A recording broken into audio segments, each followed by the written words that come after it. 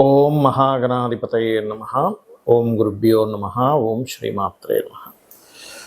మనం ఈరోజు మీరు జన్మించినటువంటి లగ్నం నుంచి మీకు వేటి మూలంగా ధనయోగం వస్తుంది, అదేవిధంగా ఇది మనం చెప్పుకునేటువంటిది జనరల్గా. ఉదాహరణకి మేషంలో పుట్టారు, లేదా వృషభ లగ్నంలో మీరు పుట్టినప్పుడు వృషభ లగ్నం ఉంది, లేదా మిథున లగ్నం ఉంది, కర్కాటక లగ్నం, అలా దాన్ని బట్టి సెకండ్ లార్డ్ ఎవరు, ఆ గ్రహం ఎటువంటి ధనయోగాన్ని ఇవ్వడానికి ఎలిజిబుల్ అయింది, సెవెంత్ లార్డ్ ఎవరు, అంటే ధనం ఎందుకు మీకు నిలబట్టడం లేదు, అదేవిధంగా మీకు జాతక చక్రంలో వ్యాపారం మూలంగా ధనయోగం ఉందా, లేదా ఉద్యోగ రూపంలో ధనయోగం ఉందా, మీ లగ్నానికి ఎటువంటి మహాదశలు వస్తే ధనయోగంగా మారతాయి అనేటువంటి అంశాలని చెప్తుంది నేనైనప్పటికీ కూడా చెప్పిస్తుంది సాక్షాత్ లలిత అమ్మవారిగా భావిస్తూ ఒక్కొక్క లగ్నం గురించి తెలుసుకుందాము. అదేవిధంగా అసలు వ్యాపార యోగం కనుక ఉన్నట్లయితే ఏ గ్రహంతో కలిస్తే ఎటువంటి వ్యాపారాల్లోకి వెళ్తారు, ఎటువంటి సమయాల్లో వ్యాపారాల జోలికి వెళ్ళకూడదు, ఎటువంటి సమయాల్లో వ్యాపారాలకు వెళ్తే బాగుంటుంది అనేటువంటి విషయాలు కూడా నేను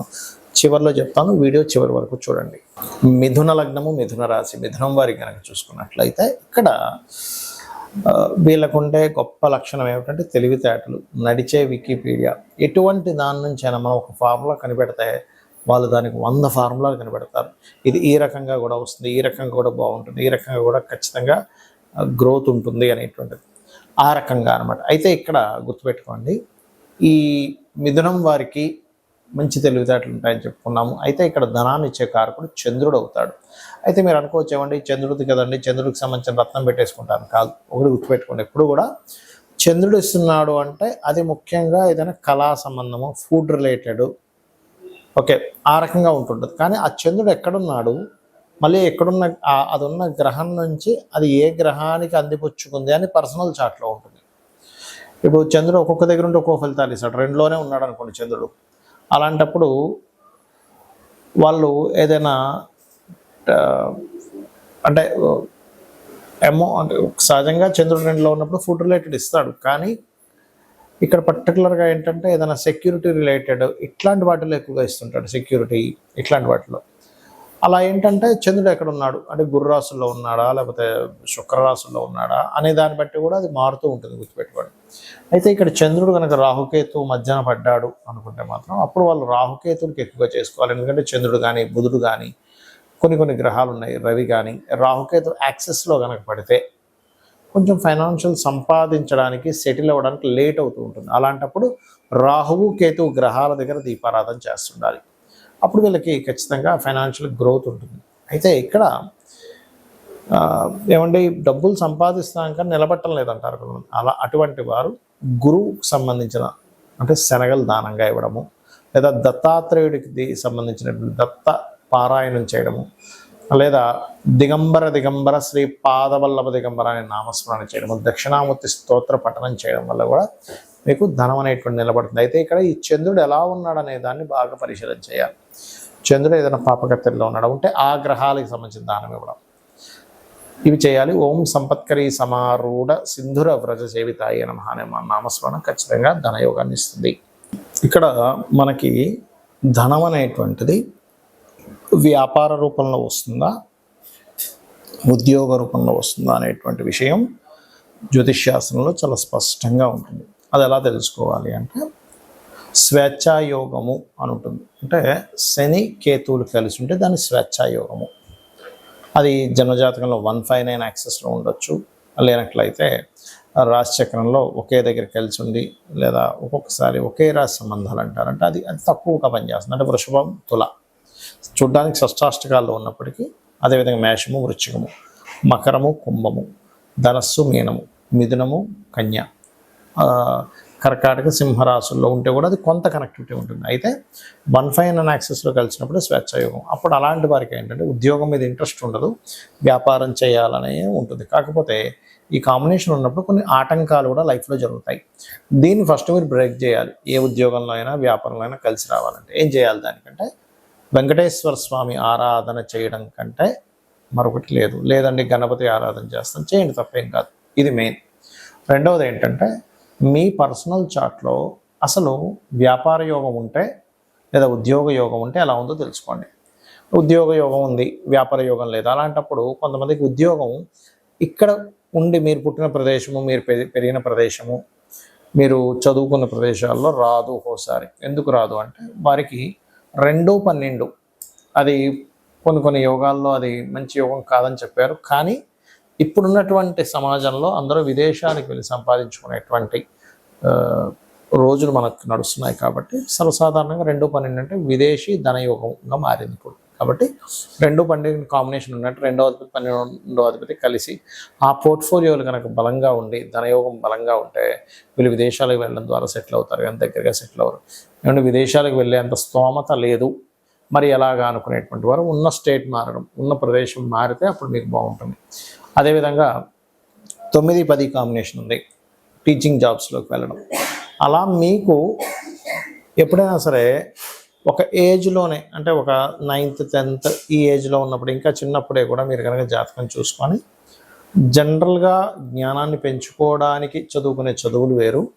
మీరు పలానా ప్రొఫెషన్ తీసుకుంటాను అన్నప్పుడు దానిలో ధనయోగం ఉందా లేదా అన్నప్పుడు మీ ధనాధిపతి ఏ ప్రొఫెషన్కి కనెక్ట్ అయ్యి ఉన్నాడో తెలుసుకోవాలి.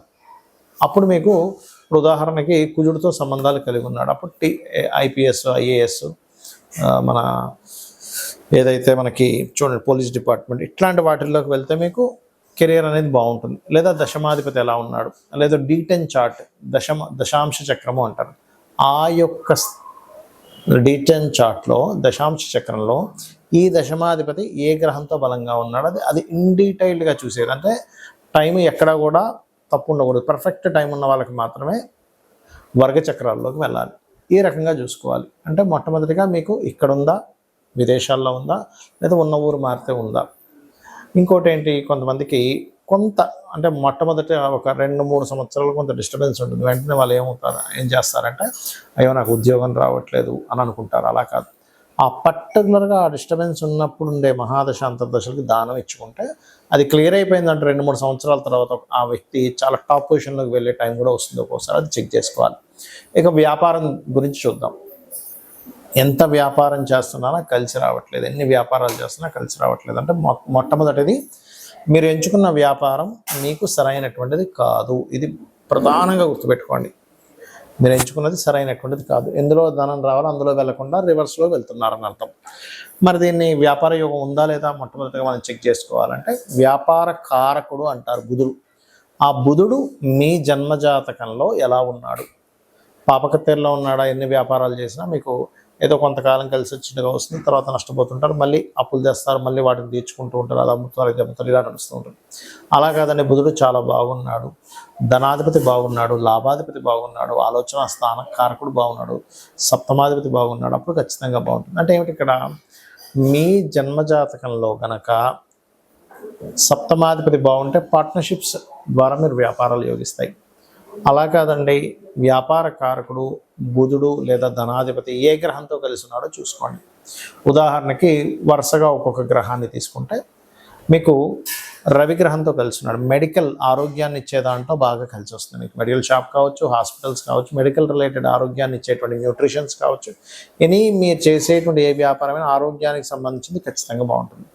చంద్రుడితో కలిసి ఉన్నాడు, టూర్స్ అండ్ ట్రావెల్స్, అయితే ఇక్కడ శుక్రుడు కూడా బాగుండాలి.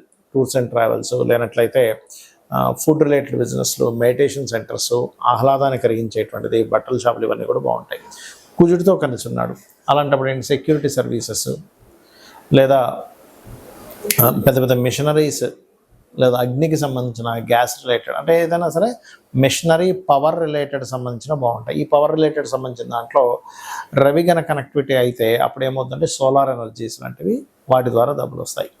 మరి బుధుడే అయ్యాడండి, మీడియేటింగ్, మార్కెటింగ్, డిజిటల్ మార్కెటింగ్, అడ్వర్టైజ్మెంట్లు, ఇట్లాంటి వాటి ద్వారా వస్తుంది. గురువు కనెక్ట్ అయ్యాడు, teaching related, guiding related, consultancy related, వీళ్ళతో ధనాధిపతి, లాభాధిపతి, సప్తమాధిపతి, ఈ కలయికలు ఎంత బలంగా ఉన్నాయి. మంచి నీచభంగ రాజయోగం ఉంది, అద్భుతమైన స్టేజ్కి వెళ్తారు. లేదండి అంత పెద్దగా లేదంటే చిన్న వ్యాపారం ఏదో చేస్తూ బతుకుతారు. ఎందుకంటే వ్యాపారం అనేది రోజుకి ఒక 500,000 రూపాయలు సంపాదించేది వ్యాపారమే అవుతుంది. రోజుకి కొన్ని 100 కోట్లు టర్న్ ఓవర్ చేసేటువంటిది కూడా వ్యాపారమే అవుతుంది. అయితే వీళ్ళ యొక్క వ్యాపారం యొక్క బలం ఎంత ఉంది అనేది మహాదశ అక్కడ ఉండేటువంటి గ్రహాల యొక్క కలయిక, అక్కడ ఉండే పట్టినటువంటి యోగాన్ని బట్టి డిసైడ్ అవుతుంది. ఇక అదేవిధంగా శుక్రుడు కనెక్టెడ్, అందము, ఫ్యాషను, బ్యూటీ రిలేటెడ్ సంబంధించినవి, స్త్రీలకు సంబంధించినవన్నీ శుక్రుడు. అదేవిధంగా రవి బంగారానికి కూడా వస్తుంది, అంటే బంగారు వ్యాపారానికి రవి కూడా వస్తుంది. శుక్రుడు కొన్ని అందమైనటువంటి వస్తువులు ఇవన్నీ కూడా. శని కన్సల్టెన్సీ సెంటర్స్లో ముఖ్యంగా జాబ్ కన్సల్టెన్సీ, లేబర్స్ని పంపించి వాళ్ళ ద్వారా, ఇప్పుడు కొంతమందిని కన్సల్టెన్సీ కొన్ని ఉంటాయి, ఎలా అంటే వాళ్ళ దగ్గర నుంచి మనిషి మన దగ్గరికి వస్తాడు, ఆ వ్యక్తికి ఆయన ఇచ్చేది ఒక 20,000 అయితే మన దగ్గర 22,000 23,000 తీసుకుంటాడు.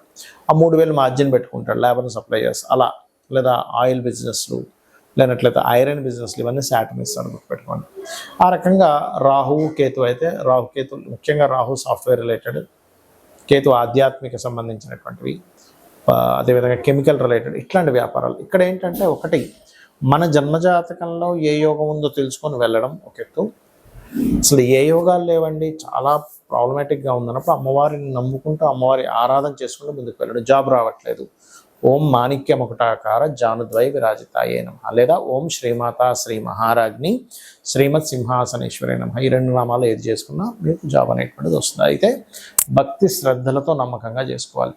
వ్యాపారంలో రాణించలేకపోతున్నాము, ఓం ఇంద్రగోప పరిక్షిప్త స్మరతోనాభజంగికాయే నమః అనే నామస్మరణ ఖచ్చితంగా మీకు వ్యాపార అభివృద్ధిని ఇస్తుంది. శ్రీమాత్రే నమః.